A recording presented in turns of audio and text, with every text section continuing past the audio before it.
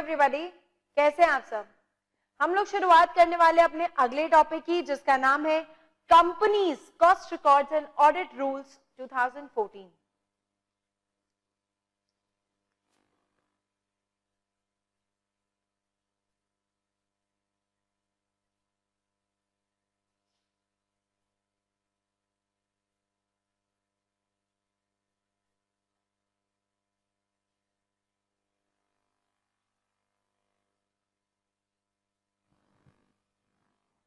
As you can see कि नाम में ही है कि कंपनीज रूल्स है ये, मतलब this is a part of companies act. हम लोगों ने अपने लास्ट डिस्कशन में ये सीखा था कि सेक्शन 148 ऑफ कंपनीज एक्ट 2013 वो क्या कहता है कि वही रिक्वायरमेंट लगाता है कि सेंट्रल गवर्नमेंट जिसको ठीक समझे वहां पे कॉस्ट ऑडिट की रिक्वायरमेंट लगा सकती है, राइट। हम लोगों ने ये चीजों के बारे में समझा था। अब इस चैप्टर के बारे में मैं आपसे ये कहना चाहती हूँ कि यहाँ पर ये जो आपका चैप्टर है, this gives us certain rules.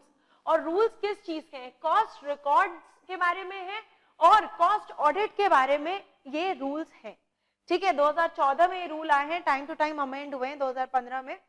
Okay, now this chapter, these rules, they are very easy but very very very important from examination point of view. इसलिए ये मत सोचना कि छोटा सा चैप्टर है तो इसे उड़ा देते हैं, नहीं पढ़ते हैं, हल्के में ले लेते हैं। ये आपके लिए सबसे स्कोरिंग चैप्टर के रूप में आपको दिख सकता है। व्हाई? बिकॉज इससे 16 मार्क्स का क्वेश्चन आना ही आना है, ठीक है। इसमें कुछ न्यूमेरिकल पोर्शंस हैं और कुछ आप कह सकते हो कि रूल्स से रिलेटेड कुछ पोर्शन है, तो उसमें 8 नंबर का एक सवाल, 8 नंबर का दूसरा सवाल, या फिर आपके एमसीक्यूज में 1-2 सवाल, मतलब ले दे के आपका 16 नंबर इससे आना ही आना है। So that is why you don't take this chapter lightly. It's very very very easy but it's very very very important. Okay, चलो, ये एक्ट कहता है कि सेंट्रल गवर्नमेंट के पास क्या है? क्या है? सेंट्रल गवर्नमेंट के पास है सबऑर्डिनेट लेजिस्लेटिव पावर, ठीक है, सबऑर्डिनेट लेजिस्लेटिव पावर। पहले सिर्फ समझेंगे, उसके बाद जो चीज जरूरत होगी वो हम लोग लिखेंगे।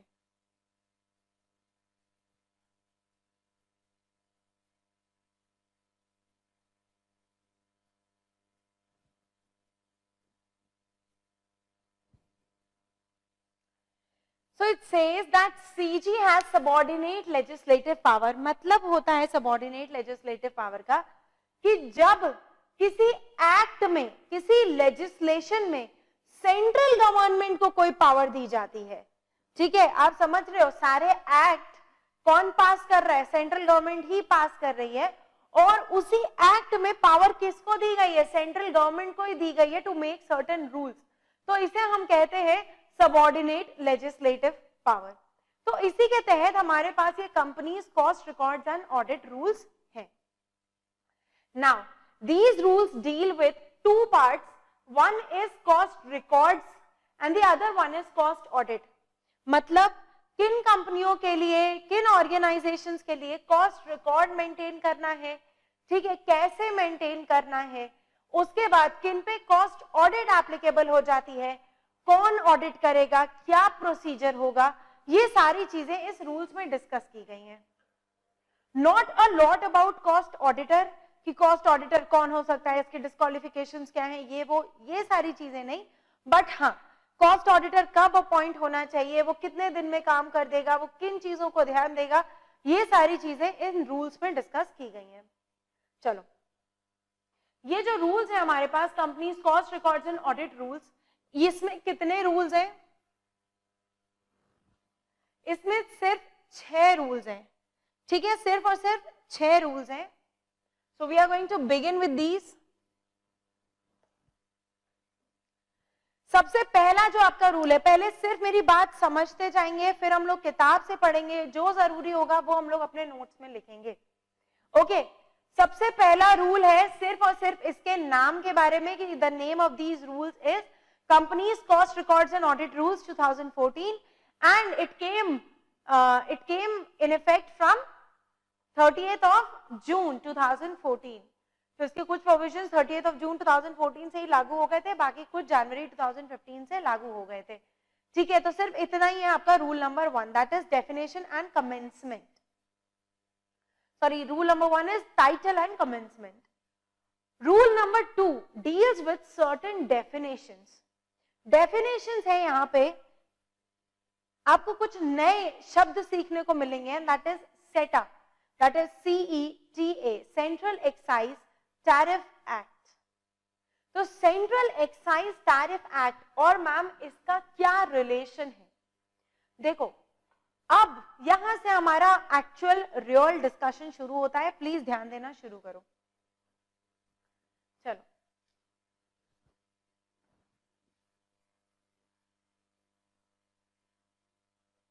Rule number 1 is title and commencement. Title, you know, commencement is this.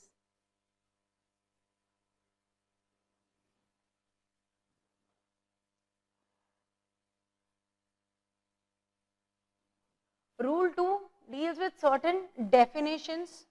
हम लोग डेफिनेटली अपने पास डेफिनेशंस कॉपी में तो लिखेंगे ही नहीं, ठीक है, नोटबुक में हम लोग डेफिनेशंस को नहीं लेके आएंगे, बुक से भी डेफिनेशंस को, इस रूल्स के अंदर जो डेफिनेशंस दी गई है उनको रटने की कोई जरूरत नहीं है, क्योंकि कोई ऐसी खास डेफिनेशन नहीं है।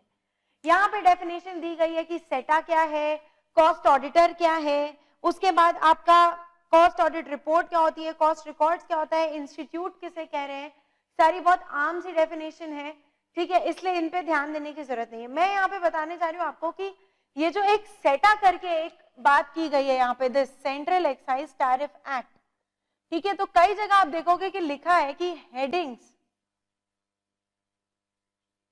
एज इन सेटा। तो सेंट्रल एक्साइज टैरिफ एक्ट में कुछ इंडस्ट्रीज या कुछ गुड्स, आई मस्ट से कि कुछ गुड्स एंड सर्विसेज को क्या दी गई है, नंबरिंग दी गई है, कोडिंग दी गई है। उस कोड से आप समझ सकते हैं कि हाँ भाई किस गुड्स की या किस सर्विस की बात की जा रही है। अब मैम इतने डिटेल में ये लोग क्यों गए? ये लोग इतनी डिटेल में इसलिए गए हैं क्योंकि this act classifies our goods and services into two, what, the regulated sector and the non regulated sector. ठीक है, तो यहां से अब हमारा थोड़ा रियल डिस्कशन शुरू हो रहा है, प्लीज ध्यान दो।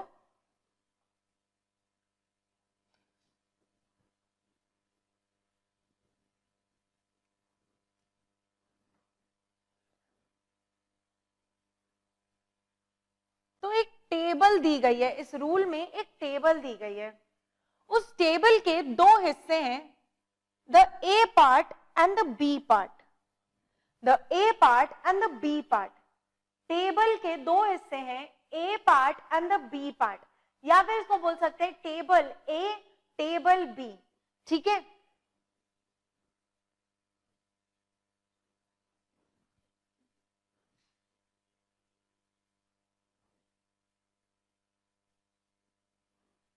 तो टेबल ए और टेबल बी, ये दो में क्या किया गया है, यहां पे गुड्स एंड सर्विसेज को क्लासिफाई किया गया है। और ये कहां से आया? ये सेटा से ही आया है, ठीक है, ये सेटा ने ही ये क्लासिफाई किया है, table A and table B. Ma'am इसमें क्या है, इसमें जो है वो रेगुलेटेड सेक्टर्स हैं, इसमें जिनकी बात की गई है वो रेगुलेटेड सेक्टर कहे जाएंगे, और इनमें जिनकी बात की गई है उसे हम लोग नॉन रेगुलेटेड सेक्टर कहेंगे, ठीक है। इस रेगुलेटेड सेक्टर में 6 हेडिंग्स के बारे में बात की गई है, 6 हेडिंग्स के बारे में बात की गई है, यानी कि 6 types of goods and services के बारे में बात की गई है, 6 इंडस्ट्रीज की बात की गई है, ओके। यहां पे 33 आइटम्स को लिस्ट किया गया है, यानी कि टोटल मिला के आपके 39, सिर्फ और सिर्फ 39 तरीके के गुड्स एंड सर्विसेज को क्लासिफाई किया है इन लोगों ने, 6 को डाला है आपके रेगुलेटेड सेक्टर में और 33 को डाला है नॉन रेगुलेटेड सेक्टर में।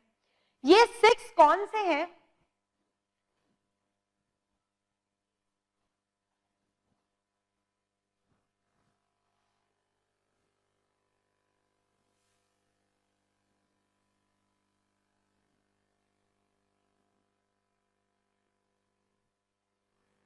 ये 6 कौन से हैं? Telecommunication,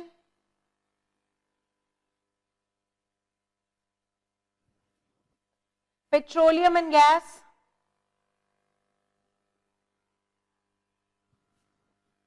drugs and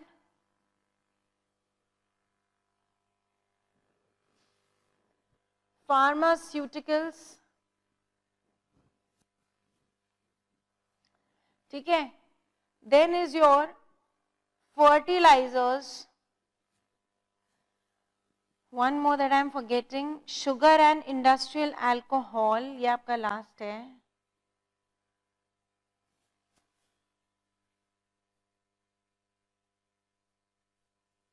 yes, one more is electricity, sugar and industrial alcohol. ये 6 जो हैं ये आपके रेगुलेटेड सेक्टर में आते हैं, जिसे हम कहेंगे टेबल ए, हर जगह हम बोलेंगे टेबल ए, और टेबल बी है आपका नॉन रेगुलेटेड सेक्टर। यहां तक की बात आई होप आपको समझ में आ रही है, जिसमें 33 तरीके के प्रोडक्ट्स दिए गए हैं, 33 तरीके के गुड्स एंड सर्विसेज दी गई हैं। अंडरस्टूड? नेक्स्ट, मैम क्या पूरी दुनिया में सिर्फ 39 टाइप के गुड्स एंड सर्विस होते हैं? नहीं बेटा, इसके अलावा दुनिया भर के हो सकते हैं, ठीक है, इसके अलावा बहुत सारे हो सकते हैं, जिन्हें इन रूल्स में क्या बोला गया है? अदर प्रोडक्ट्स, ठीक है। तो जो भी चीज उस 6 से रिलेट करती है उसे बोला गया है टेबल ए। जो चीजें इन 33 को रिलेट करती हैं, घबराइए मत, ये 33 भी कौन से हैं ये आपकी बुक में दिया हुआ है, ठीक है। इट्स जस्ट दैट कि मैं 33 नाम तो ना याद रख सकती हूँ ना आपको कह सकती हूँ कि याद रखिए, ठीक है, इसलिए ये 33 ना हम लोग याद करेंगे ना मैं आपको याद कराऊंगी। इट्स जस्ट दैट कि हम उसे बोलेंगे टेबल बी। जहां पे भी टेबल बी रेफर किया गया है मतलब है कि नॉन रेगुलेटेड सेक्टर। मतलब ऐसा नहीं कि सिर्फ 39 टाइप के गुड्स एंड सर्विसेज होते हैं दुनिया में, इनके अलावा जो बच जाते हैं उन्हें इन रूल्स में अदर प्रोडक्ट्स बोला गया है, ठीक है, उन्हें इन रूल्स में बोला गया है अदर प्रोडक्ट्स, ठीक है। अंडरस्टूड? इतनी बात समझ में आ रही है? तो आपका रूल 1 है टाइटल एंड कमेंसमेंट, यानी कि इस रूल का नाम है companies cost records and audit rules, और रूल नंबर 2 है डेफिनेशंस। डेफिनेशंस में कुछ बहुत आम डेफिनेशंस के बारे में डिस्कस किया गया है, जैसे कि कॉस्ट ऑडिटर की डेफिनेशन। कॉस्ट ऑडिटर वो है जिसको कॉस्ट अकाउंटेंट एक्ट में कॉस्ट ऑडिटर कहा गया है, ठीक है। इंस्टीट्यूट हमारी इंस्टीट्यूट है, ओके, सो यही सारी चीजें हैं। Cost audit report, the report given by the cost auditor, ठीक है, वो कॉस्ट ऑडिट रिपोर्ट है। बाकी एक बोला गया है सेटा के बारे में, तो सेटा is nothing but central excise tariff act, ठीक है। उस एक्ट में गुड्स एंड सर्विसेज को लिस्ट किया गया है, नंबर दिए गए हैं, कोड्स दिए गए हैं, तो ये सेटा हेडिंग्स के हिसाब से यहाँ पर गुड्स एंड सर्विसेज को यहाँ पे भी लिखा गया है, ठीक है, डायरेक्टली वहां से पिक किया गया है, सेटा हेडिंग्स दी गई है। इंपॉर्टेंट था कि किस तरह से टेबल ए और टेबल बी में इन्हें क्लासिफाई किया गया है, और उसके अलावा भी जो बच जाते हैं उन्हें हम अदर प्रोडक्ट्स कहते हैं, ठीक है। आप यहां तक की बात लिख लीजिए प्लीज, और तब हम लोग इसके आगे चलेंगे और मैं आपको और भी चीजें बताऊंगी।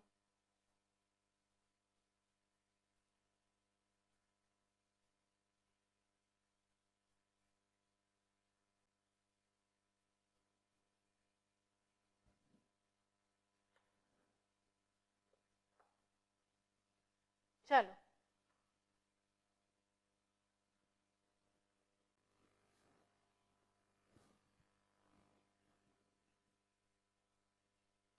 now we come to rule number 3. This is applicability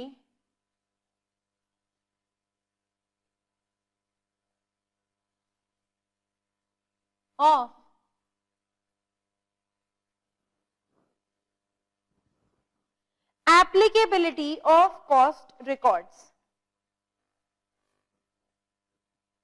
चलो, I want you to read this one, ठीक है, I want you to read this one. So इसलिए आप प्लीज अपने बुक के पेज नंबर 2.8 पे आ जाइए सब लोग. बुक के पेज नंबर 2.8 पे, page number 2.8. There you can see detailed rule as per pronouncement by the MCA, Government of India, is reproduced for reference. मतलब इसके पहले जो कुछ दिया हुआ है वो एक्चुअली इन्हीं रूल्स को एक्सप्लेन किया है, बट शॉर्ट में, डायग्रामेटिकली. बट यहाँ पे अब जो मैंने ये हेडिंग पढ़ा है ये एक्चुअली डिटेल्ड रूल है जैसा ऑफिशियल गजेट में छपा था. तो हम लोग इसे पढ़ने जा रहे हैं ताकि हम लैंग्वेज को समझ सके.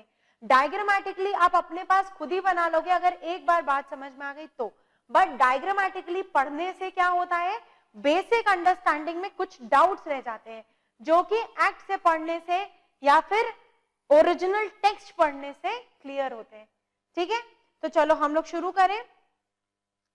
The company's cost records and audit rules 2014 came into force on कब 30th June 2014. ये आप लिख चुके हो. These rules were amended on 31st of December, giving effect to the rule 2, 3, 4, 5, 6, 7. And form CRA 1, CRA 3 ये सब अभी आपको नहीं पता, but definitely मैं बताऊंगी और धीरे धीरे आप हर चीज समझते जाओगे. It was further amended on 12 June 2015, giving effect to form CRA 2 and CRA 4. Further amendment was made on 14th of July 2016. ठीक है, इतना आपको एक एक डेट याद रखने की जरूरत नहीं है. ठीक है, जो और डेट्स याद हैं उन्हीं को याद रखो, वही भली है. ये इतनी अमेंडमेंट कब कब हुआ इतना डेट याद रखने की जरूरत नहीं. हाँ, कब इफेक्ट में आया 30 जून 2014. This is an important date. Short title and commencement. These rules may be called the company's cost records and audit rules, and they shall came into force from the date of their publication in official gazette. तो जब छपे थे तब से effect में आ गए थे. Next we come to certain definitions. Act का मतलब है Companies Act.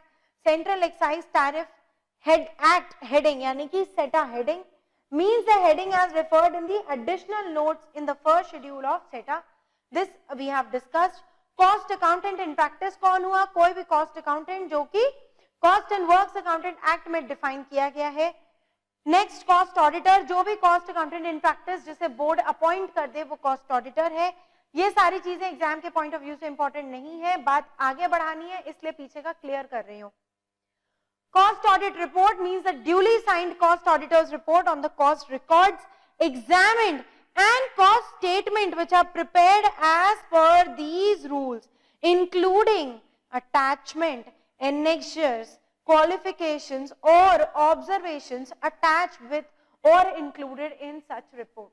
हाँ, इस चीज को मैं थोड़ा सा डिटेल में बात कर लेती हूँ. अगेन आपको ये रटना नहीं है, बट यहाँ से कुछ शब्द मैं आपको समझा सकती हूँ, इसलिए मैं इसे फिर से आपके लिए एक बार पढ़ देती हूँ. Cost audit report means the duly signed cost auditors report. Duly signed cost auditors report का मतलब जो cost auditor अपॉइंट हुआ है, जब उसने सारी जांच पड़ताल करके एक रिपोर्ट पे साइन मार दिया तो उसे हम लोग क्या बोलेंगे, कॉस्ट ऑडिट रिपोर्ट.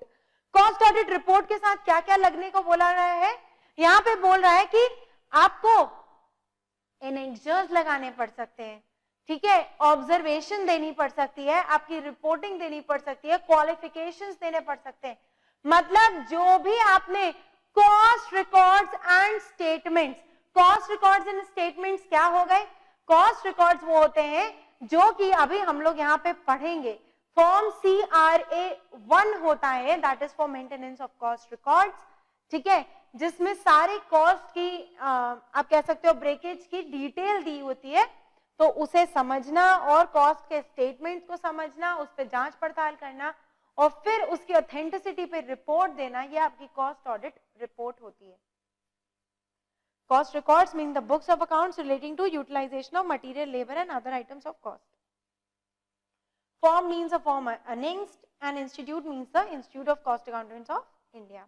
चलो ठीक है, next we come to application of cost records. अब जरा सा ध्यान से पढ़ेंगे.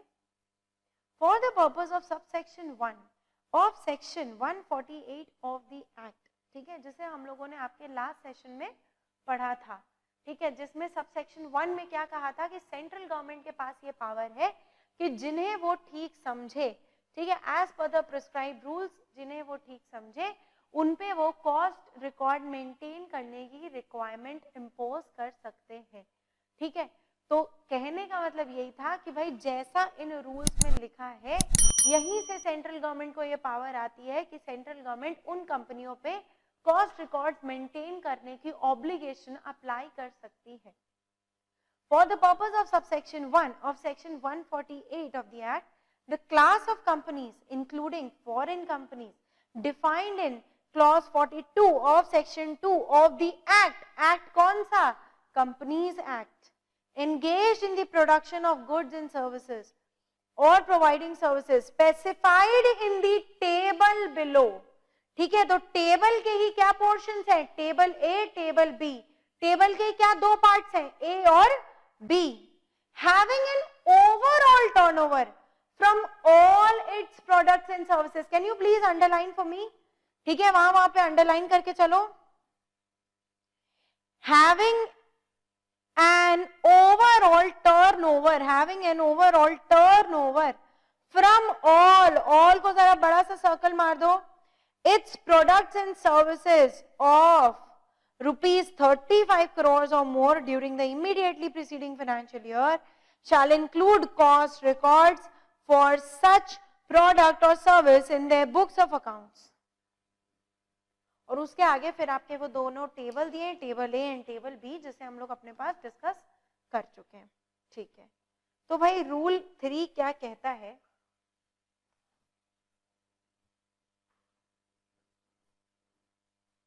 रूल 3 आपको कह रहा है that the class of companies including foreign companies, मतलब कुछ वो कंपनियां हैं इंक्लूडिंग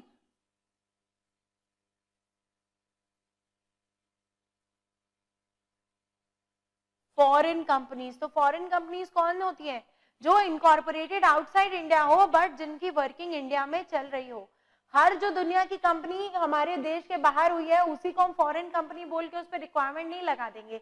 हाँ, तुम बाहर की हो लेकिन हमारे देश में काम कर रही हो तो हमको तुमसे मतलब है। ओके, सो जो कंपनीज इंक्लूडिंग फॉरेन कंपनीज, कहने का मतलब ये नहीं है कि सिर्फ मैं फॉरेन कंपनी के बारे में बात कर रही हूँ, मैं सारी कंपनियों के बारे में बात कर रही हूँ इंक्लूडिंग फॉरेन कंपनीज। ओके, चलो, so all the companies including foreign companies. Next, यहां पे और क्या लिखा है? engaged in the production of goods or providing service. ठीक है भाई, दो ही काम हो सकता है, या तो प्रोडक्शन ऑफ गुड्स होगा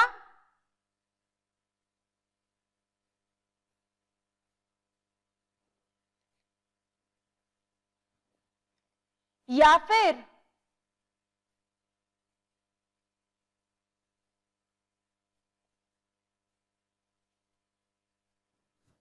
प्रोवाइडिंग सर्विस होगा। दो ही चीज हो सकती है, या तो गुड्स प्रोड्यूस हो रहे हैं या तो सर्विसेज प्रोवाइड हो रही हैं। ठीक है, अच्छा, नेक्स्ट,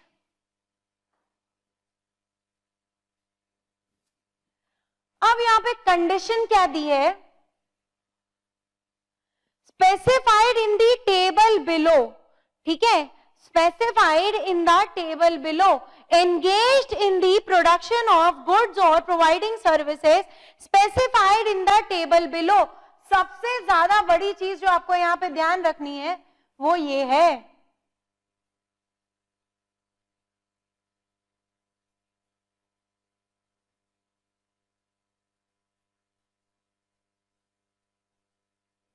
अब मेरी एक बात को ध्यान से समझो।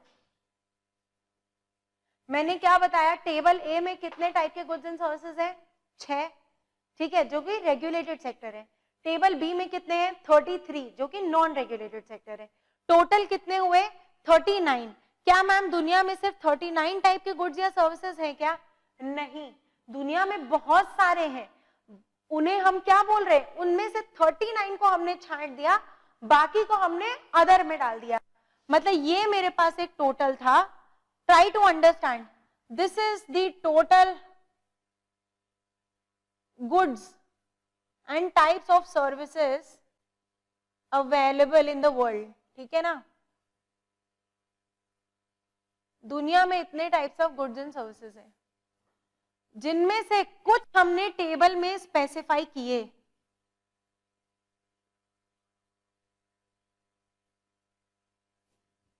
और कुछ हमने टेबल में स्पेसिफाई नहीं किए।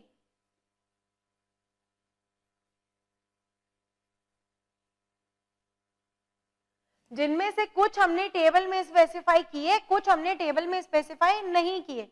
टेबल में कितने स्पेसिफाई किए?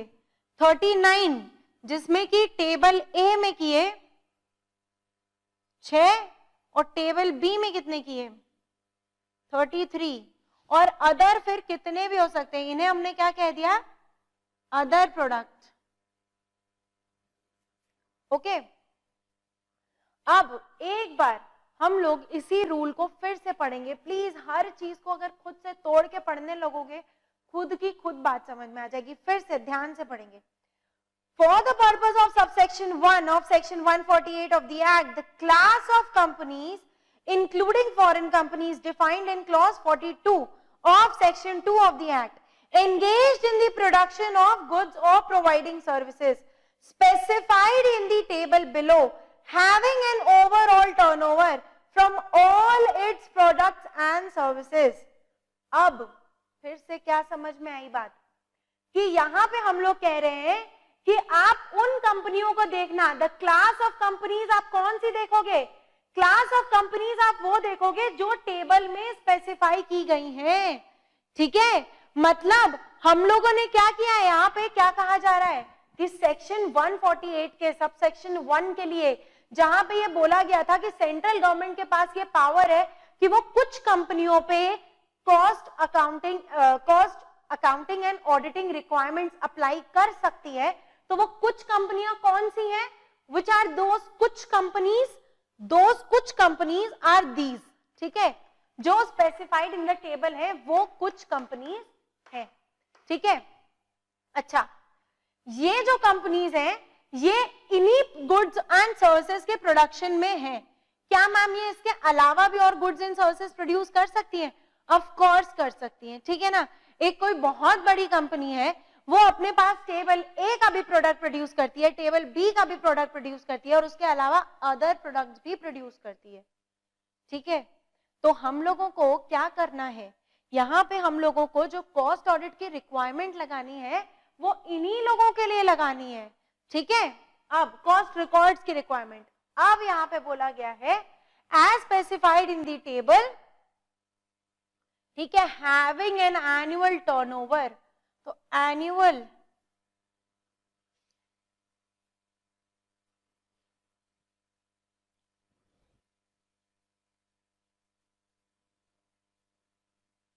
अब क्या बातें बोली गई हैं?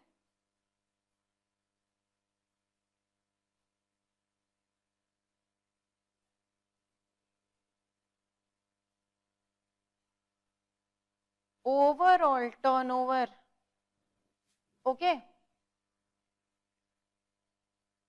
From all its goods and services for immediately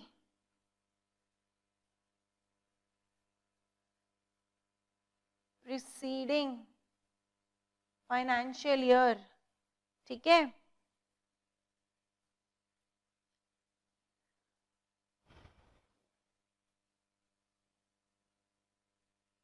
Overall turnover from all its goods and services for immediately preceding financial year is how much? Rupees 35 crores or more. Okay. Shall maintain. Please आप ऐसे ही अपनी copy में लिखेंगे, shall maintain cost records for such products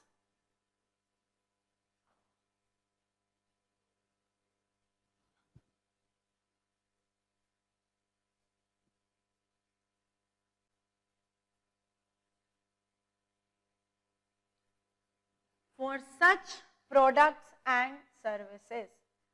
ठीक है, अब आपको बात समझ में आ रही है कि कहा गया है कि सेक्शन 148 के सबसेक्शन 1 में क्या बोला गया था कि सेंट्रल गवर्नमेंट के पास पावर है कि वो कुछ कंपनियों को ये कह सकती है कि आप लोग प्लीज कॉस्ट रिकॉर्ड मेंटेन कीजिए और जरूरत पड़ने पे कॉस्ट ऑडिट भी कराइए। तो पता चला कि भाई कौन सी वो कंपनियां हैं। ठीक है, तो companies cost records and audit rules निकाले गए कि कौन सी वो कंपनियां हैं। तो उसके रूल 3 में आके क्या बोला गया कि कंपनीज, ठीक है ना, सच क्लास ऑफ कंपनीज आप उठा लो। कौन सी वो क्लास ऑफ कंपनीज, ये कंडीशंस जिनके पास है, ठीक है, वो क्लास ऑफ कंपनी, ओके, ये कंडीशन जिसके पास है वो क्लास ऑफ कंपनी, उसे उठाओ सबसे पहले, जो कि प्रोडक्शन ऑफ गुड्स या प्रोवाइडिंग सर्विस में एंगेज्ड है। कौन से, जो कि टेबल ए या बी में स्पेसिफाइड है, उनके बारे में बात हो रही है। ठीक है, अगर टेबल ए या टेबल बी के किसी भी गुड्स या सर्विस को हम प्रोवाइड नहीं करते तो फिर हमारे लिए इस पूरे रूल का कोई मतलब नहीं है। ठीक है, हमारे लिए इस रूल का कोई मतलब नहीं है। अंडरस्टूड? मतलब क्या कहने का है कि जब हम टेबल ए या टेबल बी के गुड्स या सर्विस में डील कर रहे हैं तो हमारे लिए ये पूरे रूल्स मतलब के हैं।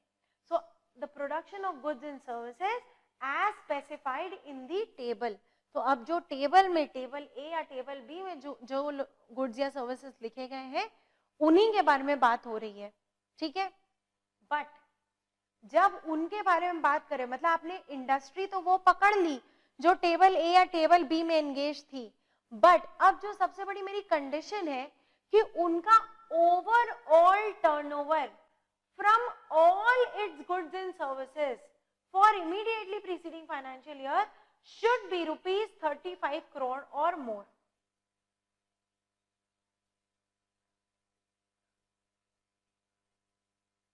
तो कंडीशन एक ही है कि overall turnover from all it's goods and services for immediately preceding financial year should be rupees 35 crore or more. They shall maintain cost records for such products and services. मतलब अब जो आप ये प्रोडक्ट या service बेच रहे हैं उसके लिए आप कॉस्ट रिकॉर्ड बनाइए। क्यों? क्योंकि आपकी कंपनी का ओवरऑल टर्नओवर 35 करोड़ से ऊपर हो गया। ठीक है, बात समझ में आ रही है? चलो इसका मैं एक एग्जाम्पल आपको दे दूं जरा सा।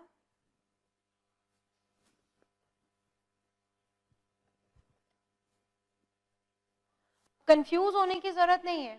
सबसे पहले ये देखो, मान लो एक कंपनी है, एग्जाम्पल, ठीक है ना, हैज दी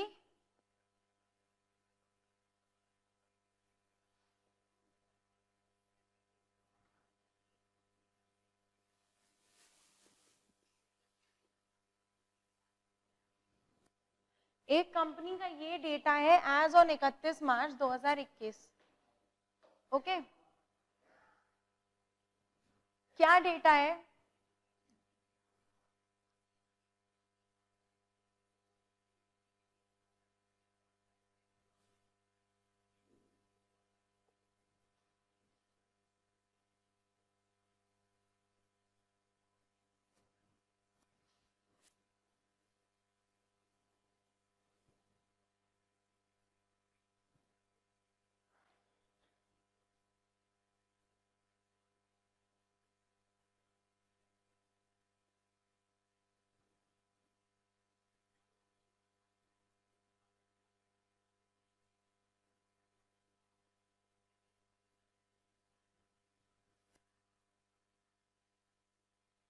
क्या इस कंपनी को कॉस्ट रिकॉर्ड मेंटेन करने की रिक्वायरमेंट अप्लाई हो चुकी है? बताओ। सबसे पहले हम लोग क्या देखेंगे कि क्या ये वो कंपनी है जिससे हमें कंसर्न है? हाँ है। क्यों? क्योंकि इनके यहाँ टेबल ए या टेबल बी उसमें से कोई प्रोडक्ट इनके यहाँ बन रहा है। ठीक है, कोई प्रोडक्ट या कोई सर्विस इनके यहाँ हो रहा है काम, इसलिए हमें इस कंपनी से कंसर्न है। नेक्स्ट, यहाँ पे बोला गया कि उनका overall turnover from all it's goods and services for immediately preceding financial year should be rupees 35 crore और मोर। ओके, तो अब बोला गया है कि आप पहले देखिए कि 35 करोड़ की लिमिट रीच हुई कि नहीं। क्या वो 35 करोड़ की लिमिट टेबल ए के लिए देखेंगे या टेबल बी के लिए देखेंगे? वो 35 करोड़ की लिमिट इन तीनों को मिला के देखेंगे। ये है कंपनी का ओवरऑल, ये है कंपनी का ओवरऑल टर्नओवर, ये है कंपनी का ओवरऑल टर्नओवर। ठीक है, तो इसका मतलब है कि इसके ऊपर कॉस्ट रिकॉर्ड की रिक्वायरमेंट अप्लाई हो चुकी है। Yes, okay. तो 31 मार्च 2021 के लिए यहाँ पे जो डेटा दिया गया है उस पे इनके लिए कॉस्ट रिकॉर्ड की एप्लीकेबिलिटी आ चुकी है। तो अब इनको कॉस्ट रिकॉर्ड मेंटेन करना है, they have to maintain cost records. अब मैम किस दिन के लिए करेंगे कॉस्ट रिकॉर्ड? ऑफ कोर्स आगे आने वाले सालों के लिए आप कॉस्ट रिकॉर्ड मेंटेन करेंगे। ठीक है, मतलब अगर हम 2022 में बैठे हैं, 31 मार्च 2022 में हम बैठे हैं, सॉरी 1 अप्रैल 2021 में बैठे हैं, तो इमीडिएटली प्रीसीडिंग फाइनेंशियल ईयर कौन सा हुआ? 31 मार्च 2021, राइट? एक दिन पहले ही है बट साल तो दूसरा है। तो क्या हम कॉस्ट रिकॉर्ड मेंटेन करेंगे? यस। ठीक है, तो किसी भी साल आप कैसे चेक करोगे कि पिछले साल में कितना टर्नओवर आया from all it's goods and services? ठीक है, तो अब अगर मैं बहुत ही शॉर्ट में आपसे कहूं तो क्या है कि इनको क्या करना है, इनको कॉस्ट रिकॉर्ड मेंटेन करना है। ठीक है,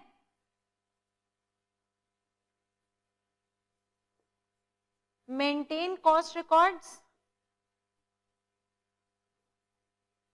for table A and table B products. ठीक है, क्यों? क्योंकि लास्ट में आपके यहाँ एक लाइन लिखी गई है कि they shall include cost records for such products और सर्विसेज। तो सच प्रोडक्ट्स या सर्विस कौन से हुए? As specified in the table. Understood? ये है आपका रूल 3। ओके, अब यहाँ पे कुछ चीजें हैं जो आप साथ साथ में मेरे समझते जाओगे। क्या है वो? पहले वो एग्जाम्पल लिख लो।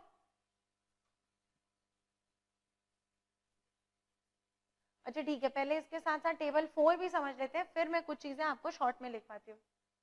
ओके, टेबल 4 कह रही हूँ, रूल 4 समझ लेते हैं फिर। चलो, तो अभी मैं ये नहीं मिटा रही हूँ, आओ यहाँ बात करते हैं। नेक्स्ट कम्स कि कॉस्ट रिकॉर्ड्स मेंटेन करने का मतलब क्या हुआ? What do you mean by maintaining cost records? तो कॉस्ट रिकॉर्ड्स जो है, अभी मैं फॉर्म्स डिस्कस नहीं करूंगी, सबसे पहले हम लोग पहले अपने रूल्स डिस्कस करेंगे, फिर हम लोग फॉर्म्स पे आएंगे। ओके, बट मैं बस यहाँ लिख दे रही हूँ कि shall maintain cost records for such products and services under CRA 1। तो CRA 1 आपका एक फॉर्म है, CRA 1 आपका एक फॉर्म है जो कि आपको बताता है कि आपको कॉस्ट रिकॉर्ड्स कैसे मेंटेन करने हैं। ठीक है, इसके बारे में डिटेल में हम लोग डिस्कशन करेंगे once we are done discussing about our rules। ठीक है, रूल्स के बाद फॉर्म्स और फॉर्म से जुड़ी बाकी चीजें, फिर हमारे न्यूमेरिकल क्वेश्चंस। चैप्टर बहुत इंटरेस्टिंग है, लेंथी या ना लेंथी का तो कोई बात ही नहीं है, अगर हमको मजा आ रहा है तो। ठीक है, और ऐसी चीजों में तो बल्कि मजा आता है कि जब आप लॉ को समझने की कोशिश करते हो, और ये सारी चीजें एग्जाम में इतनी स्कोरिंग है कि आपके एमसीक्यू में भी आ सकती है, आपके सब्जेक्टिव आंसर्स में भी आ सकती है। And now you know it. आपको रूल 3 में क्या देखना है? सिर्फ और सिर्फ एक चीज देखनी है कि क्या कंपनी में टेबल ए या टेबल बी जैसा कोई प्रोडक्ट मैन्युफैक्चर हो रहा है। अगर क्वेश्चन साइलेंट है फिर भी आपको दिया गया है, इसका मतलब है कि मान लो कि हो रहा है। उसके बाद आपको देखना है ओवरऑल टर्नओवर। ठीक है, ओवरऑल टर्नओवर देखना है। ओवरऑल टर्नओवर का मतलब है कि टेबल ए टेबल बी को छोड़ के और भी जो प्रोडक्ट कंपनी बना रही है उसके लिए हम देखेंगे कि भाई 35 करोड़ की लिमिट टच हो गई है क्या। 35 करोड़ पे भी हमें कॉस्ट रिकॉर्ड मेंटेन करने हैं। यहाँ पे देखिए सिर्फ और सिर्फ 35 करोड़ ही था, फिर भी हमें कॉस्ट रिकॉर्ड मेंटेन करने हैं। अगर मैम ये 34 होता तो नहीं करने होते, हाउ ऑब्वियस। ठीक है, अगर ये 36 होता तो करने होते। चलो, अब आप अपनी बुक में देखो कि यहाँ पे वो टेबल दिया हुआ है, टेबल का ए पार्ट है रेगुलेटेड सेक्टर। ठीक है, मैं सारी हेडिंग्स नहीं पढ़ रही हूँ, मैं बस फटाफट से आपके लिए सामने सामने पढ़ रही हूँ। Telecommunication services, generation, transmission, distribution and supply of electricity, petroleum products, ठीक है, drugs and pharmaceuticals, fertiliser, sugar and industrial alcohol. वो आपका क्या था, रेगुलेटेड सेक्टर। अब बात हो रही है नॉन रेगुलेटेड सेक्टर की। तो नॉन रेगुलेटेड सेक्टर में मैं फटाफट से आपके लिए 33 पढ़ दूंगी, ठीक है। उसके बाद मैं आपको इसकी नॉन एप्लीकेबिलिटी बताऊंगी और फिर हम लोग आगे चलेंगे। तो नॉन रेगुलेटेड सेक्टर में क्या क्या है, machinery and mechanical appliances used in defence, space, atomic energy sectors. Okay, next is turbojet, turbo propellers, arms and ammunitions, propellant powders, prepared explosives, radar apparatus, tanks and other armored fighting vehicles, port service, aeronautical services, iron and steel, road and other infrastructure, rubber and allied products, coffee and tea, railway and tramway, cement, ores and minerals products, mineral fuels, base metals। अब देखो base metal लिख दिया है, लेकिन सेटा की heading कितना सारा दिया है साथ में। मतलब बेस मेटल में क्या क्या आता है, ये आप सेंट्रल एक्साइज टैरिफ एक्ट में जाइए, वहां के शेड्यूल में जाइए और इस कोड नंबर को देख लीजिए। इनऑर्गेनिक केमिकल्स, ऑर्गेनिक या inorganic compounds of precious metals, jute and jute products, edible oil, construction industry, health services, ठीक है, education service, milk powder, insecticides, plastics and polymers, tires and tubes, paper, textile, glass, other machinery, electricals and electronics and some medical devices। Ma'am इसमें ज्यादातर तो सारी चीजें cover हो गई, ज्यादातर सारी चीजें कवर हो गई, लेकिन एक्चुअल में दुनिया की सारी चीजें कवर नहीं हो गई, ठीक है। फॉर एग्जाम्पल, क्या इसमें कैमरा कवर हो गया, क्या इसमें फर्नीचर कवर हो गया, क्या इसमें स्टेशनरी कवर हो गई, नहीं, ठीक है। तो अब एक्चुअल में ये इलेक्ट्रॉनिक मशीनरी और इन सब में सेटा की हेडिंग में क्या दिया है, that is a different question of fact. But 33 चीजें कवर हुई हैं, दुनिया की सारी चीजें इसमें कवर नहीं हो गई हैं। Okay, provided that nothing contained in serial number 33 shall apply to foreign companies having only licensing office, provided further that nothing contained in this rule shall apply to a company which is classified as a micro enterprise or a small enterprise including as per turnover criteria under subsection 9 of section 7 of MSME Development Act। क्या मतलब समझ में आया कि इसकी non applicability क्या है। देखो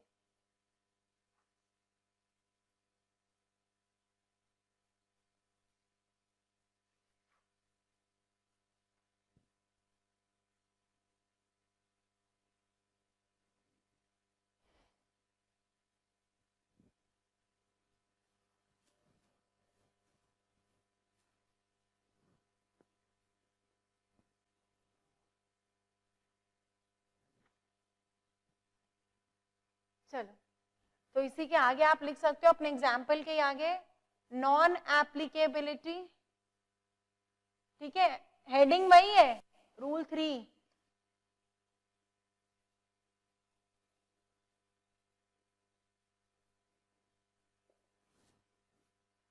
नॉन एप्लीकेबिलिटी क्या है, सबसे पहले कि ये एमएसएमई यानी कि micro small and medium enterprises जो हैं, ठीक है, जिन्हें हम एमएसएमई कहते हैं, तो वो एमएसएमई डेवलपमेंट एक्ट में रजिस्टर्ड होती हैं, ठीक है। जो भी माइक्रो एंटरप्राइज या स्मॉल एंटरप्राइज है, ओके, मीडियम नहीं, बस माइक्रो या स्मॉल एंटरप्राइज जो है, एज पर MSMED एक्ट उन पे ये अप्लाई नहीं होता, ठीक है। मतलब उनका टर्नओवर भले ही 35 से पार हो जाएगा, but if they are classified, उनके पास एक सर्टिफिकेट होता है कि उनको MSMED एक्ट से माइक्रो एंटरप्राइज का या स्मॉल एंटरप्राइज का सर्टिफिकेट मिला होता है। अगर उनके पास वो है तो भले ही उनका टर्नओवर 35 करोड़ से पार हो जाए, बट उन पे ये अप्लाई नहीं होगा। दूसरा,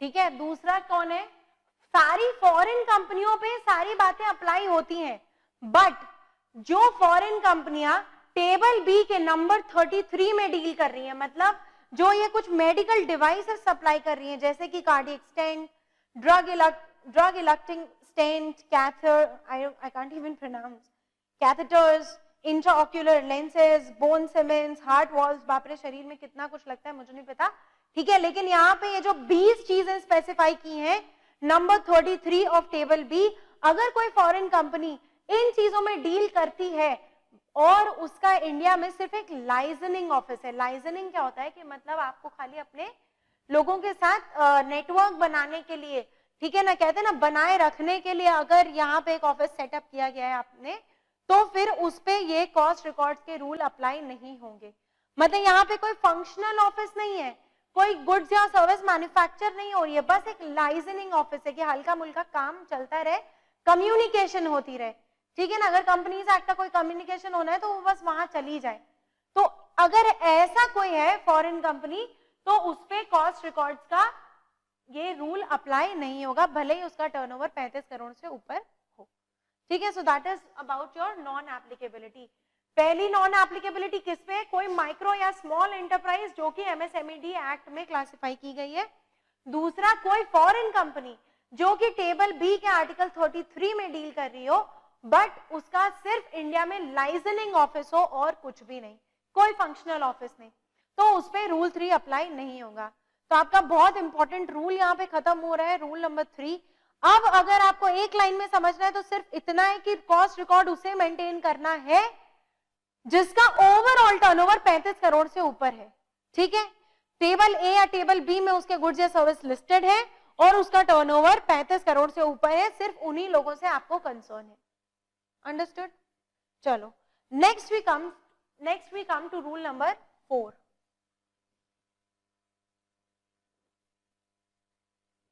और कॉस्ट रिकॉर्ड मेंटेन किस में होते हैं, सीआरए 1 में। सीआरए 1 मैम क्या है, ये सारा कुछ अभी हम लोग डिस्कस करेंगे।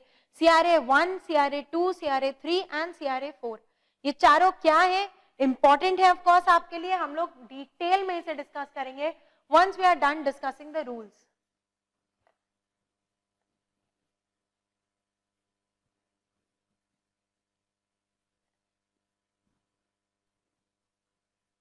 चलो अप्रोच वही है कि हम लोग बुक से पढ़ेंगे ताकि आपको लैंग्वेज समझ में आए और उसको अपने पास यहाँ शॉर्ट में लिखेंगे। रूल नंबर 4 को थोड़ा सा ध्यान से समझना, क्यों, क्योंकि कई बार लोग कंफ्यूज हो जाते हैं, ध्यान से समझोगे जरा भी कंफ्यूज नहीं होगे। अंडरस्टूड? चलो, एप्लीकेबिलिटी फॉर कॉस्ट ऑडिट, तो यहाँ पे दो चीजें आपको सीधे सीधे समझ में आ रही है कि रूल 3 सिर्फ कॉस्ट रिकॉर्ड मेंटेन करने की बात कर रहा है कि आप अपने यहाँ बही खाता बना के रखिए।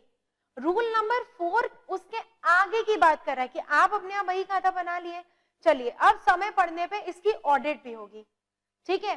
तो यहां से फिर आगे की रिक्वायरमेंट शुरू होती जाती है कि कैसे ऑडिटर अपॉइंट होगा, कैसे क्या होगा, ये सारी चीजें फिर रूल 5 और रूल 6 में डिस्कस होंगी। तो आपको समझ में आ रहा है कि रूल 3 एक बहुत बेसिक स्टेप था कि कंपनीज एक्ट ने कुछ लोगों को, कंपनीज एक्ट ने सेंट्रल गवर्नमेंट को यह पावर दिया कि आप कुछ लोगों से कह दीजिए कि वो लोग अपने यहाँ कॉस्ट रिकॉर्ड बना के रखें। समझ में आ रहा है?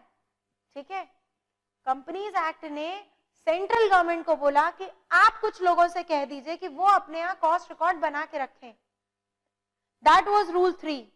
नाउ रूल 4 इज कि कंपनीज एक्ट सेंट्रल गवर्नमेंट से कह रहा है कि आप कुछ लोगों से कह दीजिए कि जो बही खाता उन लोगों ने तैयार किया था उसकी ऑडिट करानी पड़ सकती है। Can you just relate the steps? मैंने कहा कंपनीज एक्ट ने, ये आपको लिखने की जरूरत नहीं है, कंपनीज एक्ट ने सेंट्रल गवर्नमेंट को ये पावर दी, ठीक है। तो कंपनीज एक्ट ने किससे दी? अपने सेक्शन एंड रूल्स से दी,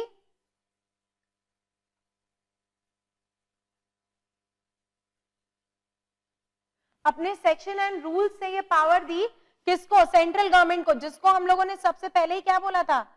सबऑर्डिनेट लेजिस्लेटिव पावर, ठीक है। सेंट्रल गवर्नमेंट ने कंपनीज एक्ट ने सेंट्रल गवर्नमेंट को यह पावर दी कि आप सर्टेन क्लास ऑफ, बल्कि मुझे यहां पे सिर्फ सेक्शन लिखना चाहिए क्योंकि ये बात तो रूल में आई है, कि आप सर्टेन क्लास ऑफ कंपनीज से कह दीजिए, कहां कहा गया ये बात, रूल्स में, कि वो लोग कॉस्ट रिकॉर्ड मेंटेन करें,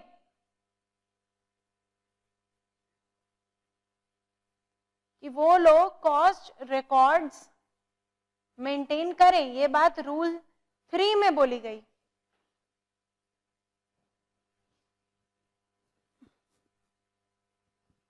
और रूल 4 में क्या बोला जा रहा है कि कंपनीज एक्ट ने सेंट्रल गवर्नमेंट से कहा कि आप कुछ लोगों से कह दीजिए कि जो कॉस्ट रिकॉर्ड उन्होंने मेंटेन किए हैं उनकी ऑडिट हो सकती है।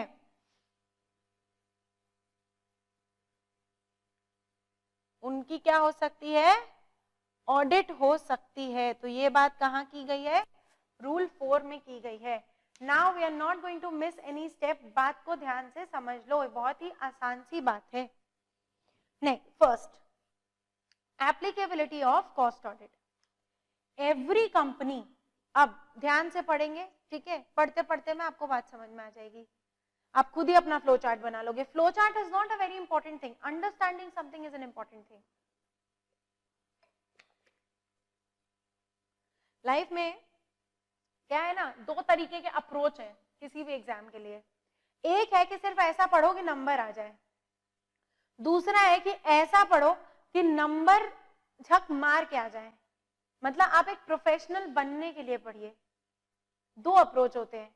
हम लोग ने अपने समय में ये गलती कर ली है कि हम लोग सिर्फ नंबर के लिए पढ़ते थे, लेकिन आज जब मैं आपकी एक मेंटोर हूँ, टीचर हूँ, फैसिलिटेटर हूँ, तो मैं आपको ये जरूर गाइडेंस दूंगी कि आप सिर्फ और सिर्फ नंबरों के लिए मत पढ़िए, एक प्रोफेशनल बनने के लिए पढ़िए।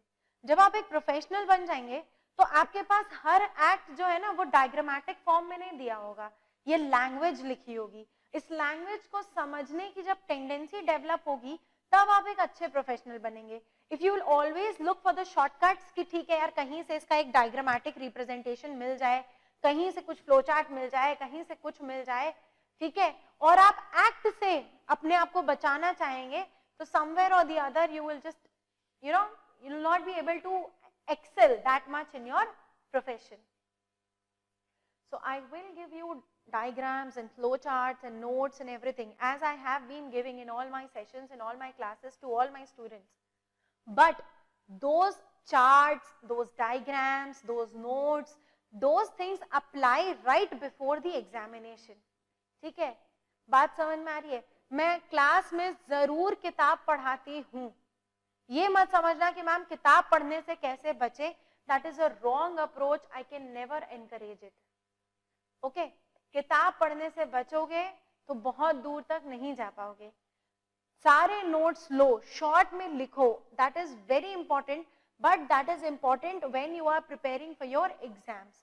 अभी you are trying to understand something, you are reading to be a professional. Okay, so right now what we'll do is we'll understand each and every word that the act says, and then we'll do what, then we'll make notes of it, ताकि exam के लिए आप उस notes को पढ़ लीजिए। तो professional बनने की भी तैयारी हो गई और नंबर लाने की भी तैयारी हो गई। अंडरस्टूड?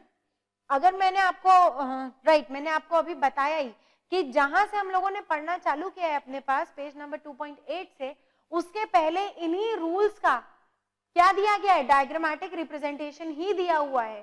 ठीक है, उसके पहले इन्हीं रूल्स का डायग्राम और फ्लो चार्ट और यही सब दिया है।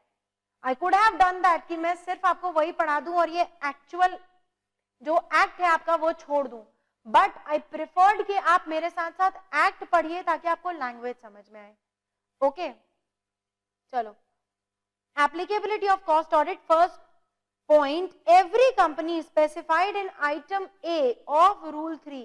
तो यहाँ पे item A of rule 3 से इनका मतलब है टेबल A। ठीक है, जो टेबल दी गई है रूल 3 में, वहां पे जो A के नीचे 6 चीजें दी गई थी उसके बारे में बात कर रहा है। Every company specified in item A of rule 3 shall get its cost records audited in accordance with these rules if the overall annual turnover of the company from all its products and services during the immediately preceding financial year is rupees 50 crore or more, and the aggregate turnover of the individual product or service or services, individual product or products or service or services for which cost records are required to be maintained under Rule 3 is rupees 25 crore or more. अब मेरे साथ साथ एक काम करेंगे, ठीक है? Before we get to write these things, we are just going to do something in our book itself. Mark करो मेरे साथ. Every company is specified in item A of Rule 3. ठीक है, इसके बाद एक सेपरेटर बनाओ. सेपरेटर समझते हो? ऐसे लाइन, ठीक है, एक सेपरेटर बनाओ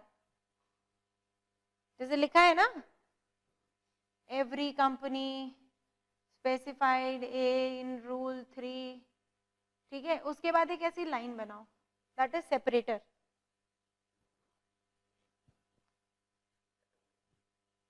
शैल gate it's cost records audited, फिर लाइन बनाओ.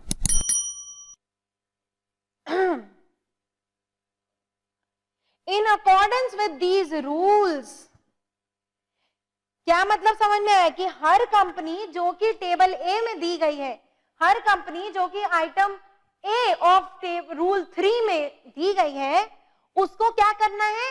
It's cost records have to be audited. मतलब जो कॉस्ट रिकॉर्ड्स आपने बनाए हैं वो ऑडिट करा लीजिएगा. In accordance with what? In accordance with the rules given, rule 4, ठीक है ना, in accordance with these rules. मतलब इसके आगे भी जो रूल दिया है, रूल 5 और रूल 6, जिसमें बताया गया है कि आप कैसे कॉस्ट ऑडिटर अपॉइंट करेंगे, कितने दिन में करेंगे, उसको कैसे रिक्वायरमेंट देंगे, वो किस फॉर्म में अपनी रिपोर्ट देगा, आप उस रिपोर्ट का क्या करेंगे. मतलब in accordance with these rules, मतलब रूल्स आर दीज रूल्स. ठीक है, चलो again, if the overall annual turnover of the company from all its products and services during the immediately preceding financial year, अब कहां पे सेपरेटर लगाओगे? if the overall annual turnover of the company from all its products and services, company के बाद, services के बाद, during the preceding financial year, again कब का डेटा देखना है? preceding financial year का. ठीक है, अगर मेरी पिछले साल, अगर मेरी इस साल काम करते करते लिमिट 50 करोड़ छुआ गई है, मतलब अगले साल मुझे कॉस्ट ऑडिट करानी पड़ेगी. ठीक है, इज रुपीज 50 करोड़ और मोर. अब यहाँ पे बहुत बड़ी एक जो आपकी बात होने वाली है वो ये है कि पहले तो 50 करोड़ और मोर को अंडरलाइन कर दो. चलो ओके, एंड को बड़ा बड़ा सर्कल करो. उसके बाद में एंड लिखा है, एंड को बहुत बड़ा बड़ा सर्कल करो. And the aggregate turnover, aggregate turnover, चलो इसको अंडरलाइन करो, हाईलाइट करो, कुछ भी करो. The aggregate turnover of the individual product और प्रोडक्ट्स. मैम इंडिविजुअल के बाद प्रोडक्ट या प्रोडक्ट्स, क्योंकि एग्रीगेट बोला गया है, मतलब प्रोडक्ट्स की भी बात की जा सकती है, और सर्विस और सर्विसेज. ठीक है, इंडिविजुअल प्रोडक्ट और प्रोडक्ट्स और सर्विस और सर्विसेज, मतलब अगर सिर्फ एक ही है तो प्रोडक्ट, अगर दो चार हैं, ठीक है, अगर दो चार हैं तो प्रोडक्ट्स और उनका एग्रीगेट निकाल लीजिए. अगर एक ही है तो प्रोडक्ट, अगर दो चार हैं तो उनका एग्रीगेट निकाल लीजिए. For which cost records are required to be maintained under Rule 3. ठीक है, सर्विसेज के बाद आई होप आपने सेपरेटर लगाया है. For which cost records are required to be maintained under Rule 3 is rupees 25 crores or more. Ma'am ये नहीं बात समझ में आई हमारे. गुड, यही तो मैं चाहती थी, तभी तो मैं समझाऊंगी. ठीक है,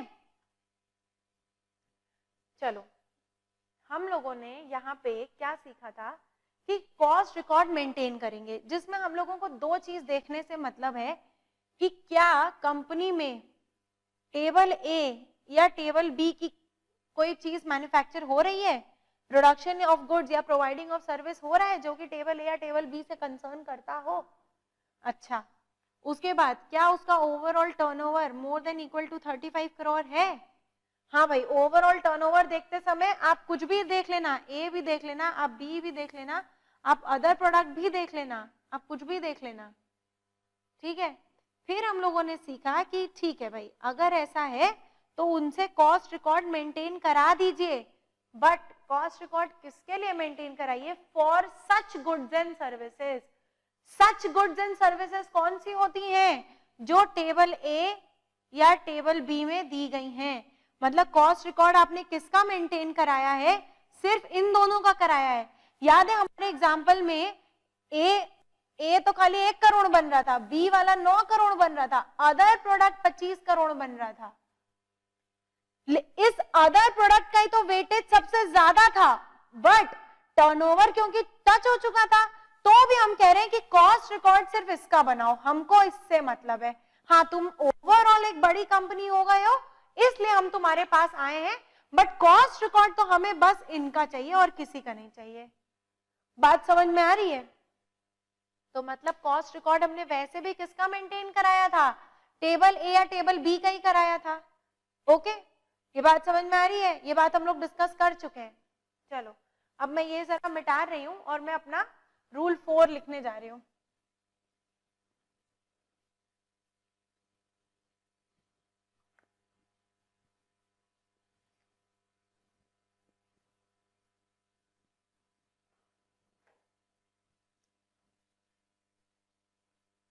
चलो, applicability of cost audit.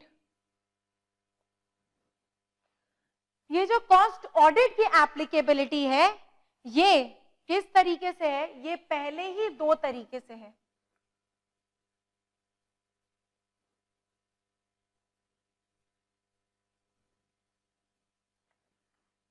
Table ए, यानी कि आप कह सकते हो आइटम ए ऑफ टेबल 3 या टेबल बी। ये कौन है? Non regulated sector. और ये कौन है? Regulator, regulated. ठीक है, तो कॉस्ट ऑडिट के लिए हम लोग को सबसे पहले ये देखना है कि टेबल ए या टेबल बी, ठीक है, किस कैटेगरी की कंपनी है। सबसे पहले हमें ये देखना है, या किस कैटेगरी के गुड्स एंड सर्विसेज प्रोड्यूस हो रहे हैं, टेबल ए या table B. Ma'am table B तो याद नहीं हो सकता। ठीक है यार, याद नहीं हो सकता, कोई बात नहीं, एग्जाम में या तो टेबल ए टेबल बी लिख देगा, या फिर टेबल ए के जो 6 चीजें जो आप याद कर सकते हो, ठीक है, उनके बारे में क्वेश्चन पूछेगा, और टेबल बी के 33 के बारे में आपसे आपकी याददाश्त को नहीं खुजवाएगा, बट हाँ सर्टेन थिंग्स तो याद रह सकती हैं, कि जैसे जितनी सारी चीजें थी वो आम चीजें थी, ठीक है ना, of public utility, health, education, आपका एडिबल ऑयल है, मिनरल ओर है, उसके बाद आर्म्स एंड एम्यूनेशन, मतलब जितनी भी चीजें डिफेंस वगैरह में यूज होती हैं, aeronautical things, electricals, electronics, so all these are common things. Okay, हाँ कुछ चीजें हैं जैसे प्लास्टिक है, स्टेशनरी है, फर्नीचर है, कैमरा है, all these things are not included. Okay, but exam में any which ways table A table B specify कर देगा। चलो, तो हम सबसे पहले अब 2 तरीके से इसे समझेंगे, टेबल ए और टेबल बी के लिए। अब यहाँ पे जैसे उसमें कितनी थी? उसमें सिर्फ एक कंडीशन थी कि उसमें ये देखना था कि कंपनी का ओवरऑल टर्नओवर 35 करोड़ से ऊपर हो गया है क्या। अगर हो गया है तो इन पे लगा दो कॉस्ट रिकॉर्ड, ठीक है। और कॉस्ट रिकॉर्ड किसका बनेगा? किन चीजों के लिए आप कॉस्ट रिकॉर्ड बनाएंगे? टेबल ए या टेबल बी वाली चीजों के लिए कॉस्ट रिकॉर्ड बनाएंगे। तो वैसे यहाँ पे बोला गया है कि यहाँ पे 2 कंडीशंस हैं, ठीक है।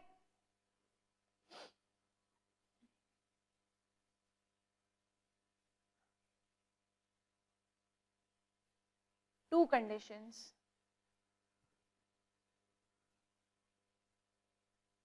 What are these 2 conditions? That first, the overall turnover from all goods and services, the overall turnover from all goods and services should be greater than equal to 50 crore, ठीक है। Overall turnover from all goods and services should be greater than equal to 50 crore.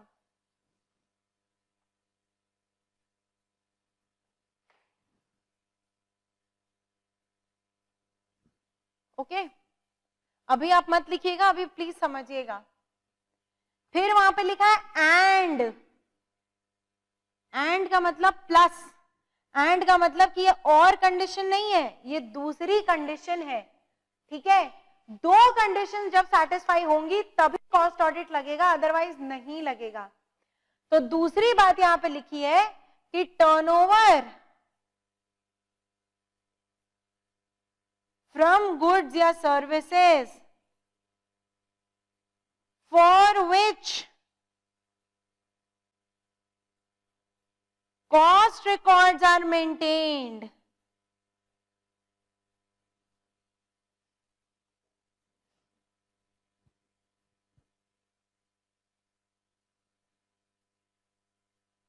for which cost records are maintained should be greater than equal to 25 crores। अब क्योंकि आप सिर्फ table ए के conditions पढ़ रहे हो, ओके, तो यहां पे आप बताओ कि टर्नओवर फ्रॉम गुड्स या services for which cost records are maintained, ठीक है, should be greater than equal to 25 crore. यहां पे किन गुड्स एंड सर्विसेज की बात हो रही है? टेबल ए अगर हम पढ़ रहे हैं तो यहां पे गुड्स एंड सर्विसेज कौन से बात होगी? जो लोग बोल रहे हैं टेबल ए, उन लोग को मैं बता दूं कि आप गलत हैं। क्यों? क्योंकि ध्यान से पढ़िए फिर से उसी चीज को। यहां पे लिखा है aggregate turnover from goods and services for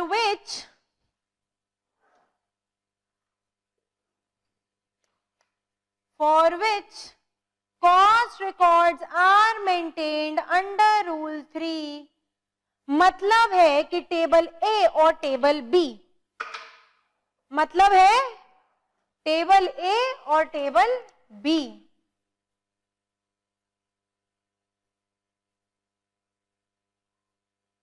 क्योंकि कॉस्ट रिकॉर्ड्स तो आपने दोनों के लिए बनाए ना, ओके। जैसे ही कंपनी का टर्नओवर 35 करोड़ टच हुआ तो कॉस्ट रिकॉर्ड तो आप चाहे टेबल ए का प्रोडक्ट होगा चाहे टेबल बी का प्रोडक्ट होगा, दोनों के लिए बनाओगे। अदर प्रोडक्ट के लिए तो नहीं बनाओगे ना, नहीं, क्योंकि हमने एक्ट पढ़ा है, हमने एक्ट में से ये समझा है। उसी तरीके से अगर रूल 4 में ये कह रहा है कि भाई सबसे पहले आप ये चेक करना कि overall turnover from all goods and services all should be greater than equal to 50 crore and aggregate turnover from goods या सर्विसेज, वहां पे जो दो बार लिखा है गुड या गुड्स, सर्विस या सर्विसेज, मतलब अगर टेबल ए में कोई एक ही आइटम है तो गुड, और अगर 2-3 हो जा रहे हैं तो goods and services. For which cost records are maintained, तो कॉस्ट रिकॉर्ड किन के लिए मेंटेन किया जा रहा है? टेबल ए और टेबल बी दोनों के लिए, ठीक है। बात समझ में आ रही? तो कंफ्यूज होने की जरूरत नहीं है, ओके।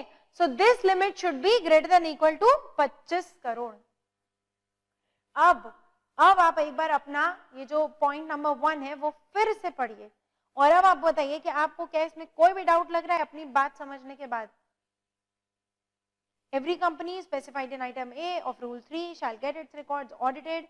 Its records audited का मतलब कि ये बात तो तय है कि तुमने कॉस्ट रिकॉर्ड बना के बैठे होगे। ऐसा केस थोड़ी ना हो सकता है कि कॉस्ट रिकॉर्ड लगने की एप्लीकेबिलिटी अभी आई नहीं और कॉस्ट ऑडिट होने की एप्लीकेबिलिटी आ गई, ये हो ही नहीं सकता। क्यों? क्योंकि देखो वहां पे overall turnover from all goods and services कितना था? 35 करोड़। तो भाई 35 पे तो तुम कॉस्ट रिकॉर्ड बनाओगे ही बनाओगे, हम तो तुम्हारे पास 50 करोड़ के लिए आएंगे, ठीक है।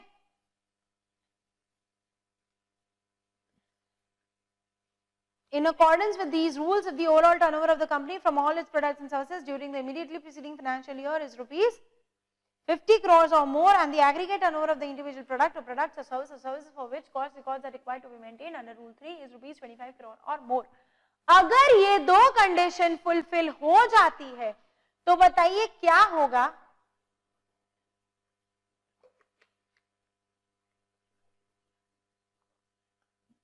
अगर ये दो कंडीशन फुलफिल हो जाती है तो क्या होगा पता है, कॉस्ट ऑडिट अप्लाई हो जाएगा, right, cost audit ma'am apply हो जाएगा। किस पे? सिर्फ टेबल ए के गुड्स या सर्विस पे ऑडिटर आएगा, ठीक है, समझ रहे हो? मतलब कंपनी का बोर्ड ऑफ डायरेक्टर अपने जब फाइनेंशियल्स उठा के देखेगा, कॉस्ट रिकॉर्ड्स उठा के देखेगा, तो वो ये देखेगा कि अच्छा मेरे कंपनी का overall turnover from all goods and services तो 50 करोड़ हो चुका है। अच्छा, मतलब कि टेबल ए की रिक्वायरमेंट, टेबल ए के ऑडिट होने की रिक्वायरमेंट आ चुकी है, बट क्या टेबल ए और टेबल बी दोनों के प्रोडक्ट मिला के मेरा 25 करोड़ हो गया है? होते ही जैसे ये दो कंडीशन सैटिस्फाई होगी, ऑडिटर बुलाया जाएगा, ऑडिटर जी आके पूछेंगे कि बताइए सर कि मेरे स्कोप में क्या क्या काम आता है, तो बोर्ड ऑफ डायरेक्टर क्या बोलेगा कि सर आप हमारे यहाँ सिर्फ और सिर्फ टेबल ए के प्रोडक्ट्स एंड सर्विसेज को ऑडिट करेंगे, क्योंकि अभी हमने सिर्फ एक रिक्वायरमेंट को टच किया है, आप हमारे टेबल बी के अकाउंट्स को नहीं ऑडिट करेंगे। बात समझ में आ रही है? आप हमारे टेबल बी के अकाउंट्स को नहीं टच करेंगे क्योंकि अभी हम सिर्फ ये दो कंडीशंस को फुलफिल कर पाए हैं, ठीक है। टेबल बी के अकाउंट्स को कब टच करेंगे? अगेन इसमें भी दो कंडीशंस हैं।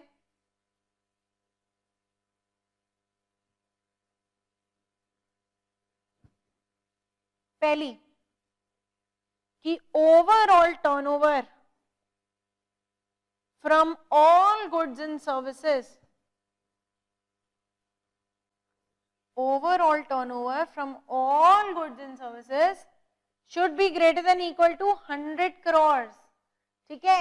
मतलब जो लिमिट यहाँ पे आप 50 देख रहे थे, टेबल बी को टच करने के लिए आपकी पूरी कंपनी का टर्नओवर 100 करोड़ होना चाहिए, चाहे तुम दुनिया का कोई भी गुड्स या सर्विस बनाओ, 100 करोड़ तक बना लिए हो, ठीक है भाई, तुरंत दूसरे रिक्वायरमेंट की ओर बढ़ो।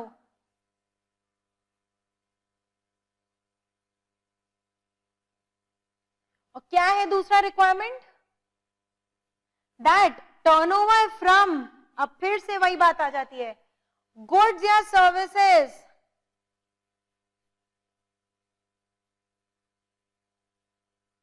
टर्नओवर फ्रॉम गुड्स या services for which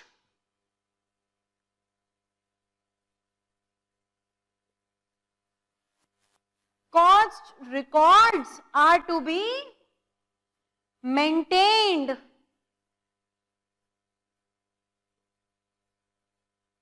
should be greater than equal to 35 crores। 35 crore की लिमिट में कंफ्यूज होने की जरूरत नहीं है, दो जगह ये लिमिट यूज होती है। रूल नंबर 3 में यूज होती है जब हमें कंपनी का ओवरऑल टर्नओवर देखना होता है, और रूल नंबर 4 के सेकेंड पार्ट में यूज होती है जब हमें टेबल बी के ऑडिट रिक्वायरमेंट को देखना होता है, उसमें भी दूसरी कंडीशन को, ठीक है। तो यहाँ पे अगेन ये जो goods and services for which cost records are to be maintained है, वो कौन से हुए? टेबल ए और टेबल बी दोनों वाले, टेबल ए और टेबल बी दोनों वाले। मतलब अब एक बार यहाँ पे ध्यान से बात को मेरी फिर से समझ लो, कोई भी कंफ्यूजन है फिर से समझ लो। जो भी मेरे यहाँ गुड्स एंड सर्विसेज हैं, ठीक है, वो 3 कैटेगरी में हो गए। क्या? टेबल ए के, टेबल बी के और अदर, ठीक है। ये बात तो हम लोग अपने पास लिख चुके हैं कि संसार की जितनी गुड्स एंड सर्विसेज थी उनको 2 कैटेगरी में डाला गया, ए और बी, और तीसरी को खुला छोड़ दिया गया अदर प्रोडक्ट्स के नाम पे, ठीक है। तो अब यहाँ पे कंडीशन क्या कहती है, दोनों कंडीशन को समझ लो।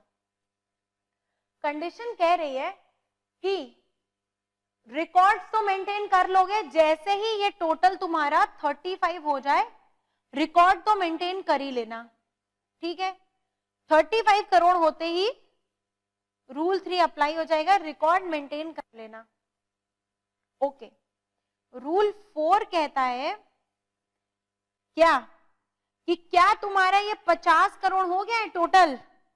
अच्छा, ठीक है। दूसरा केस है क्या तुम्हारा 100 करोड़ हो गया है? अच्छा, अब अगर तुम्हारा 50 करोड़ हो गया है, ध्यान से देखो, पहले एक ही केस समझो, चलो छोड़ो।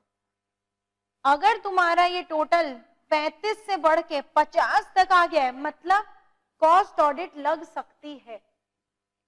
अब बोला गया कि चलो जरा सा ये देखो तो कि यहां पे तुम्हारा कितना आ रहा है।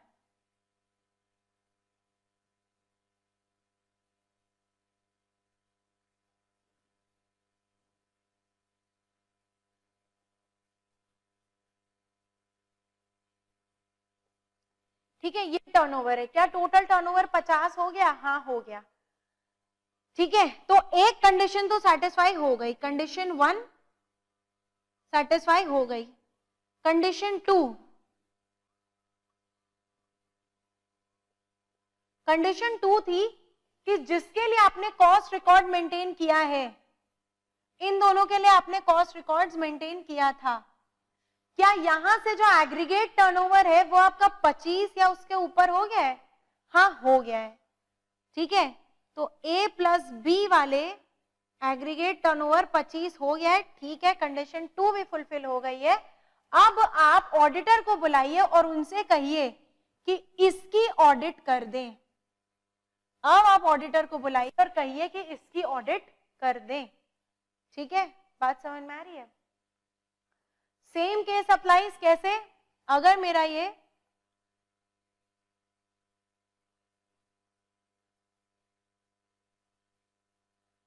अब ये कितना हो गया टोटल?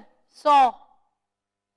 अब हम पहले टेबल ए के लिए देखेंगे, क्या 50 से ऊपर है ओवरऑल? यस। क्या टेबल ए और बी मिला के 25 से ऊपर है? यस। तो क्या हमारी टेबल ए के लिए ऑडिटर आएगा? आएगा। फिर अब हम लोग टेबल बी के लिए देखेंगे, क्या ये 100 से ऊपर हो गया है? हाँ, 100 या 100 से ऊपर हो गया है। अब टेबल ए और टेबल बी मिला के क्या 35 हो गया है? हाँ हो गया है।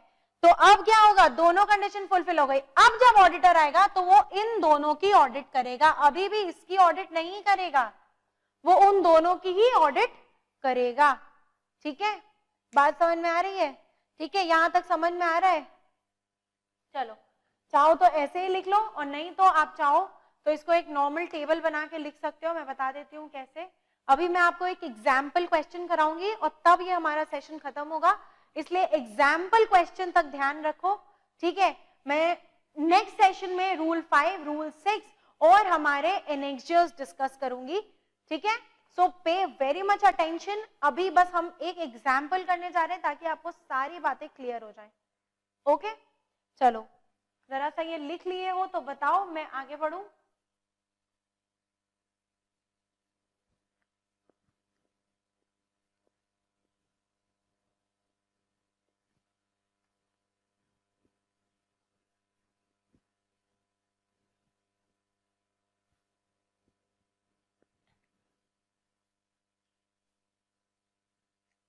चलो,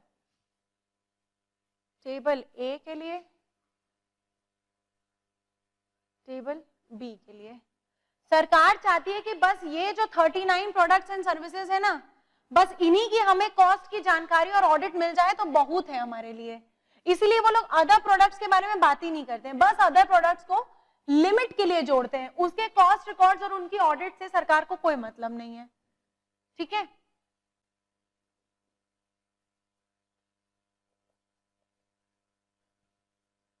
कंडीशंस क्या है? First, overall turnover from all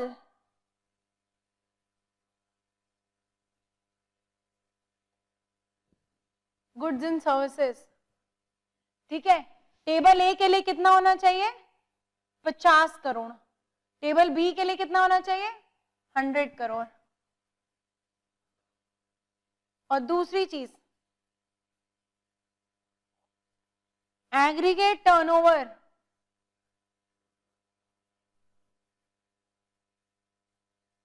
from goods या services for which cost records are maintained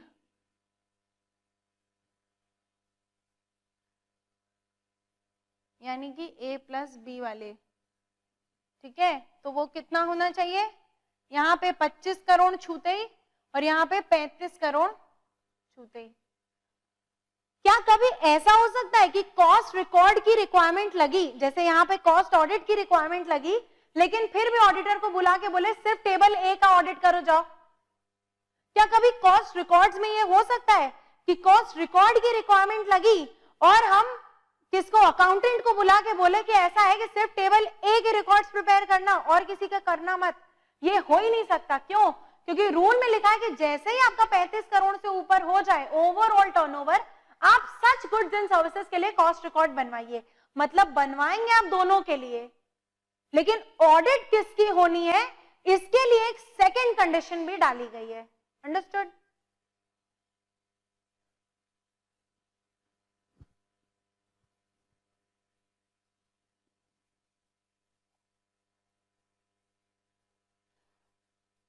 चलो ये लिखो, फिर हम लोग एक एग्जाम्पल कर रहे हैं।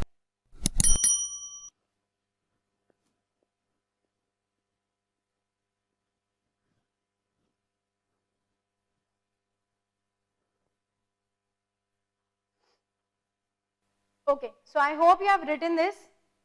चलो मैं आपको रिलीव कर देती हूँ। हम लोग अगले सेशन में इसका एक एग्जाम्पल डिस्कस करेंगे, ओके?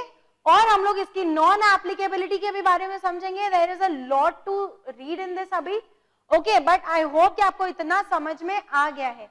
मिलते हैं हम लोग अगले सेशन में, तब तक प्लीज अपने नोट्स कंप्लीट रखना and we'll discuss some examples of it and some more things, okay? Till then take care, bye bye.